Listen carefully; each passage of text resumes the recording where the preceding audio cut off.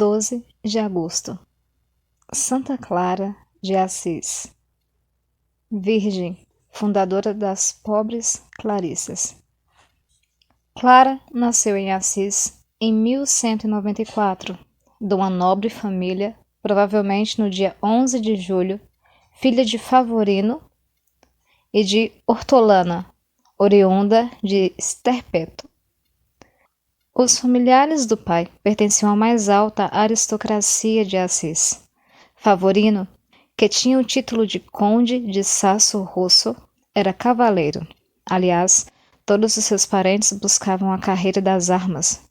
Hortolana, a mãe, muito piedosa, dedicada às boas obras, teve 5 filhos, um homem, Bussone, e 4 mulheres, Peneda, Clara, Inês e Beatriz. Da mãe de Santa Clara, conta-se que tinha feito várias peregrinações, como a de Bari e a da Terra Santa. Estando para dar à luz a filha, rogava a Deus como instância para que tudo lhe corresse bem. Ouviu então uma voz que lhe disse, abre aspas, não temas, darás ao mundo uma luz que o iluminará. Por isso, chamarás Clara a menina. Fecha aspas. Clara, luminosa e ilustre, cresceu na casa de Assis, cercada de conforto. Desde a infância foi caridosa para com os pobres e aplicada à oração. Conta-se que, não tendo que contar os Padre Nossos e as Ave-Marias que rezava, e queria saber quantos diria, lançava mão de pedrinhas. Sob os ricos vestidos, usava o cilício, um rude cilício de pelos bastante ásperos. Aos 15 anos era alta e bela, recolhida e silenciosa, de lindos cabelos loiros. Resolveram os pais um dia casá-la. Entre os muitos pretendentes, um, especialmente, era do agrado de Favorino e de Hortolana. Falaram a respeito com a filha, e muitas surpresas ficaram com a firme resposta negativa da linda jovem. Clara não queria ouvir falar de casamento, e como a mãe entrasse a atormentá-la com perguntas buscando a razão da obstinada negativa, a filha revelou-lhe que se consagrara a Deus e estava firmemente disposta a jamais conhecer homem algum. Tendo ouvido falar de Francisco, filho de Pedro Bernardone, convertido bruscamente em 1208 e que agora levava a vida à imitação de Jesus Cristo, aquele que nem sequer tinha uma pedra onde pudesse repousar a cabeça, sentira-se tocada. Tendo restaurado as capelas de São Damião, de São Pedro e de Santa Maria dos Anjos, ao lado da qual se estabelecera com alguns companheiros, Francisco, de volta de Roma, em 1211, com autorização pontifícia para pregar, acendeu no coração de Clara o mais vivo desejo de ouvi-lo e de vê-lo. Logo todos ouviram-no a predicar a Quaresma. E a jovem filha de Favorino e Hortolana, desde o primeiro instante em que lanceou os olhos no pobrezinho de Assis, sentiu que a vida que ele levava era justamente a vida que ela destinava à vontade de Deus. Ora, 2 frades, Rufino e Silvestre, ambos pertencentes à família de Clara, propuseram-se pô-la em contato com Francisco, e um belo dia, a jovem acompanhada como convinha de uma parenta, a qual tradição chamou de Bona Guelfuti, eis a jovem, ardentemente diante do filho do Bernardone.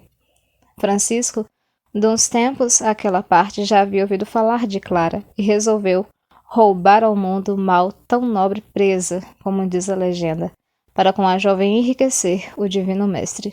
Assim, ele logo se pôs a aconselhá-la, francamente, para que desprezasse o mundo, aquele mundo vão e transitório, para que resistisse aos pais e conservasse o corpo como um templo só para Deus, e a não ter outro esposo senão a nosso Senhor Jesus Cristo. São Francisco, desde então, tornou-se o guia, o pai espiritual de Santa Clara, que, sentindo-se muito segura de si, ia preparando o terreno para o grande dia, o dia em que se daria totalmente para as coisas de Deus. O grande dia chegava, a 18 de março de 1212. Domingo de Ramos, de manhã, foi à igreja com a mãe, as irmãs e as mulheres que habitualmente as acompanhavam. E enquanto as outras se apressavam a receber os ramos, Clara deixou-se ficar no seu lugar, por modéstia, e o bispo, descendo do altar, veio oferecer-lhe um ramo como um presságio da vitória que ia obter sobre o mundo.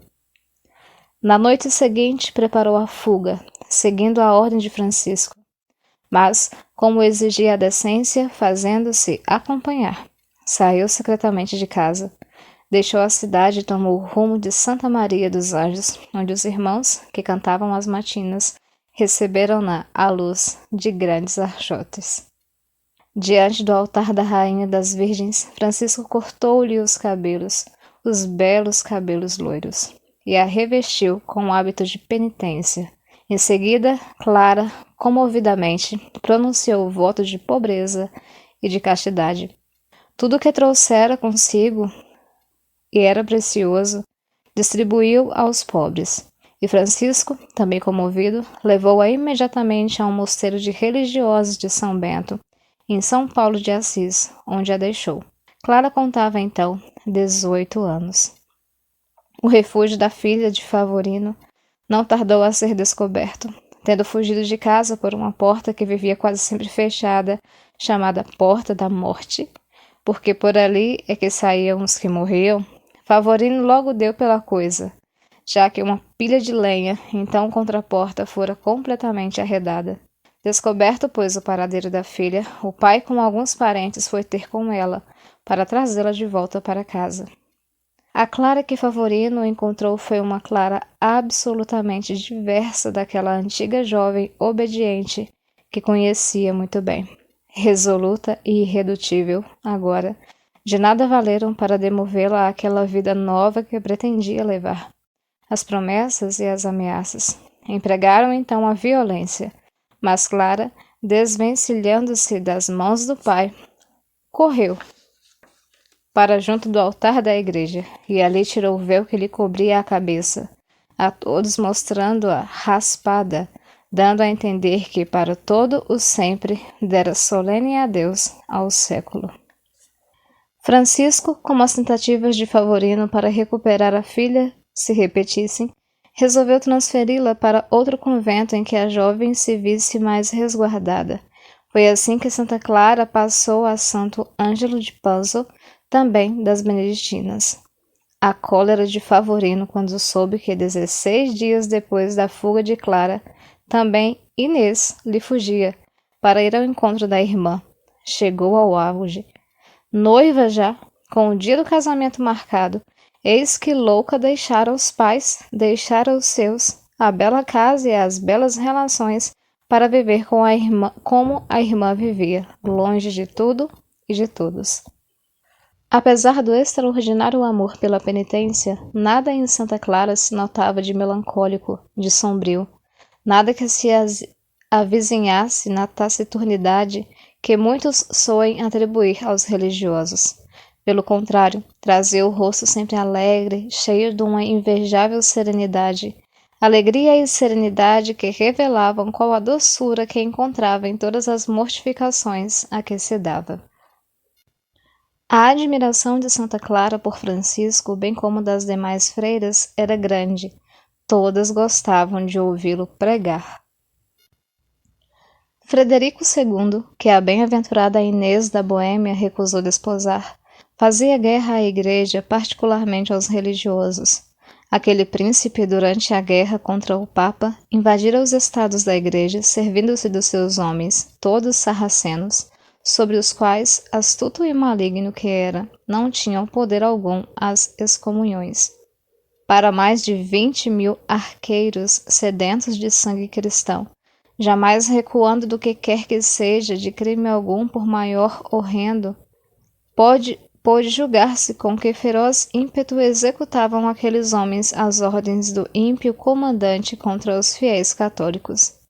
Um dia, esses sarracenos, da alta rocha de Nocera, chamada por isso mesmo Rocha dos Pagãos, desceram terríveis para o vale de Espoleto, e pouco depois assaltavam o doce convento quieto de São Damião. Santa Clara, por aquela época, estava doente e jazia acamada. Chorando, as irmãs correram dizer-lhe, espaventadas, que muitos homens armados, sarracenos, já lhes invadiram o claustro exterior e escalavam rapidamente as muralhas. A filha de São Francisco, sem se comover, imperturbada, diante das filhas perturbadas, fez-se levar à porta do convento. Diante do inimigo, precedia por um relicário de prata, guarnecido de marfim, no qual repousava o corpo do Santo dos Santos, Nosso Senhor na Santíssima Eucaristia. Ali, prostrada por terra, numa grande e comovedora humildade, derramando muitas lágrimas, disse a Jesus Cristo, abre aspas, quereis então, Senhor, que vossas servas desarmadas como estão, que eu criei por vosso amor, sejam agora entregues nas mãos dos pagãos? Ah, Senhor, por favor, defendei vossas servas, que eu não mais posso defender nesta hora. Fecha aspas. Uma voz muito doce, muito suave saiu do novo propiciatório e disse, abre aspas, eu vos guardarei sempre. Fecha aspas. E Clara respondeu, abre aspas, Senhor, protegei também, por favor, esta cidade que nos sustenta por amor de vosso amor. Fecha aspas. E a voz muito doce, muito suave, tornou a se manifestar, respondendo, abre aspas, ela sofrerá males, mas será defendida por minha proteção, por vossa intercessão. Fecha aspas. Então a Santa Virgem Clara, decantada fundadora, mãe de muitas filhas, erguendo o rosto todo banhado de lágrimas que lhe corriam, sem peias, dos olhos que brilhavam, em virtude daquelas mesmas santas lágrimas, encorajou as companheiras que também choravam, e lhes disse, consoladoramente, para espantar o pavor que lhes ia nos corações. Naquele mesmo instante o efeito seguiu-se à palavra. Os ferozes maometanos terríveis, feridos por um terror repentino, fugiram, abalaram precipitadamente por cima dos muros que já haviam escalado. Habilmente vencidos que foram pela virtude da oração. E Santa Clara, dirigindo-se às monjas todas que tinha ouvido misteriosa voz, disse-lhes, para guardai absolutamente de falar disto a quem quer que seja enquanto viver.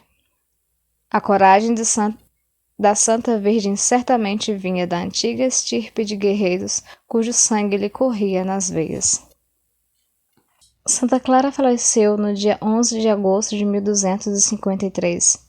A imitação de São Francisco fez o seu testamento onde contou a sua conversão e recomendou às irmãs, sobre todas as coisas, o amor à pobreza, seguindo o espírito do seráfico pai.